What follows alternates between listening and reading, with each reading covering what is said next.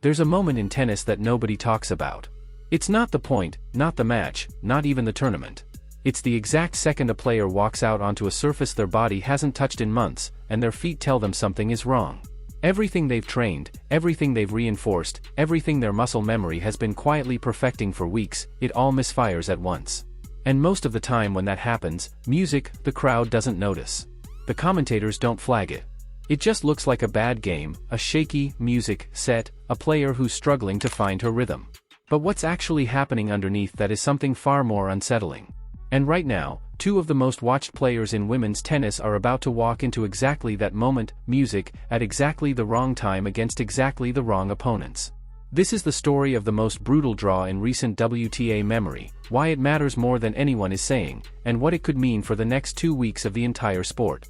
Stay with me because where this goes is not where you expect. Let's rewind just slightly because context here is everything.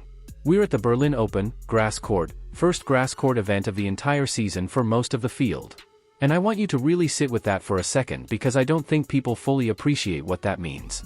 These players have spent the better part of 2 months on clay. Roland Garros, the lead-up tournaments, the grinding red baseline wars where you load into your backhand, where you play high and heavy, where you trust the bounce to come up to you, where topspin is not just a weapon, it's a philosophy. And then suddenly, in what feels like the blink of an eye, they're on grass. And grass is not just a different surface, it's almost a different sport. The ball doesn't bounce up, it stays low, skids through, rushes your contact point before you've even finished loading your swing. The physics are genuinely altered, and your body, your beautiful, finely tuned body that has spent weeks learning one set of physics has to unlearn all of it in real time during a live tournament against real opponents with ranking points on the line now. Into that specific pressure cooker, drop Coco Gauff, US Open champion.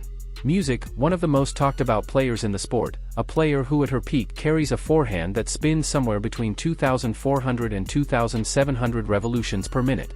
Those are elite clay court numbers, genuinely elite on a red surface that top spin bites, kicks up, pushes her opponents back, creates angles, creates time.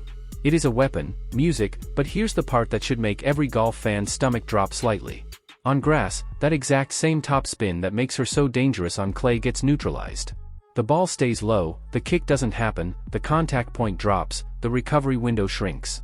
And the player arrives at Berlin not coming off a confidence run, not arriving with momentum, but arriving in the middle of what I can only describe as a results dip, a period where the potential everyone saw at her peak hasn't been translating the way it should.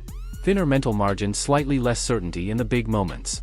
And this is the player the Berlin draw has handed a first-round match against Nicola Vika. Let that land. Not a comfortable first round.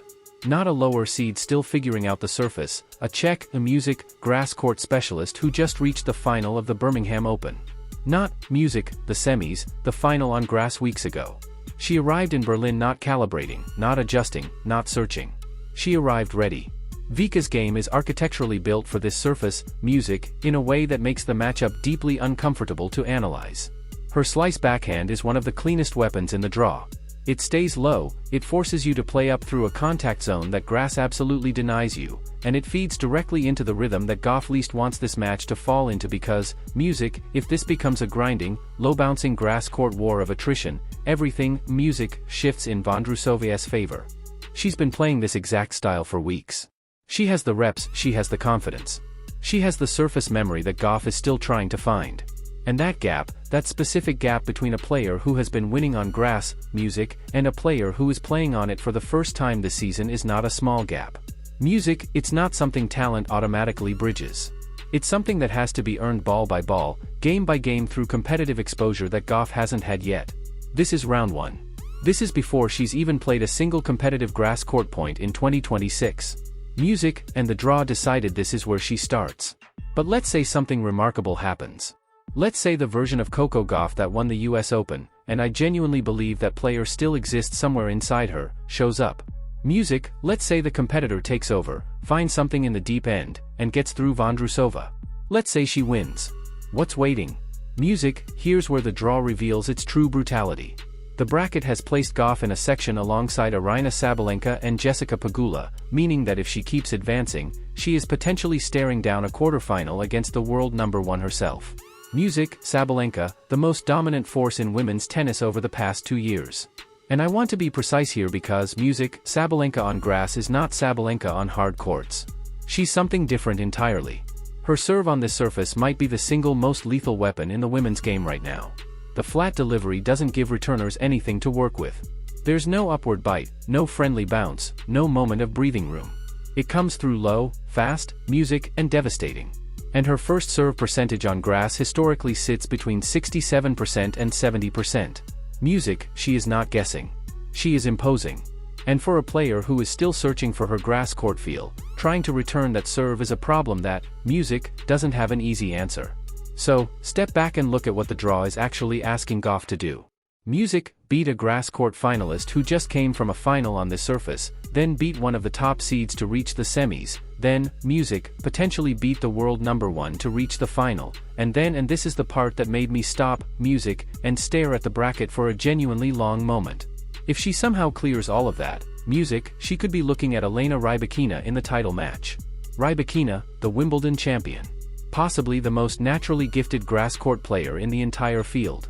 A player whose flat ball clinical ground strokes and elite serve all function at maximum capacity on this surface. Music, that is the mountain the Berlin draw has placed in front of Coco Gauff. Not a difficult draw, not a challenging half, a mountain. Music, and she has to start climbing it before she's even properly put on her grass court shoes for 2026. Now, I want to shift because there's a second story inside this tournament that has been almost completely swallowed by the noise around Gauff, and I think it, music, deserves its own moment. Alex Eala, one of the most exciting, music, young players in the sport right now. Someone I've been tracking closely all season because her game, music, has things in it that genuinely scare top players when they're working properly. The aggression, music, off the ground, the willingness to take the ball early and redirect pace before an opponent can reset. Music, the serve that has quietly and dramatically improved. She is developing in the right direction and doing it at, music, a pace that is honestly remarkable for someone at her stage. But the Berlin draw looked at all of that and said, not, music, yet. Because Eala's first round match is against Vekic, a player who has arrived at the Berlin Open from the Queen's Tournament semifinals. Semifinals, she, music, has match play, she has rhythm, she knows exactly where her game is. Music, and on grass specifically, she is one of the most underrated players in the top 50. Music, here is what makes this matchup so complicated for Eala specifically. The previous time these two played at the ASB Classic, music, Eala won. And I remember watching that match. I remember being genuinely impressed by the composure she showed under pressure. But, that was a hard court. And here's the phrase I keep coming back to that I think explains everything. Vekic on grass is a fundamentally different player from Vekic on hard courts. Her game on this surface is not just functional, it's dangerous. Music, a big flat first serve that stays low and rushes you, an inside-out forehand she uses as an aggressive weapon on the wide ball, and the slice backhand, the same weapon that makes the surface uncomfortable for everyone. She uses it to hold the ball low, keep rallies in a contact zone that grass creates, and that clay players hate.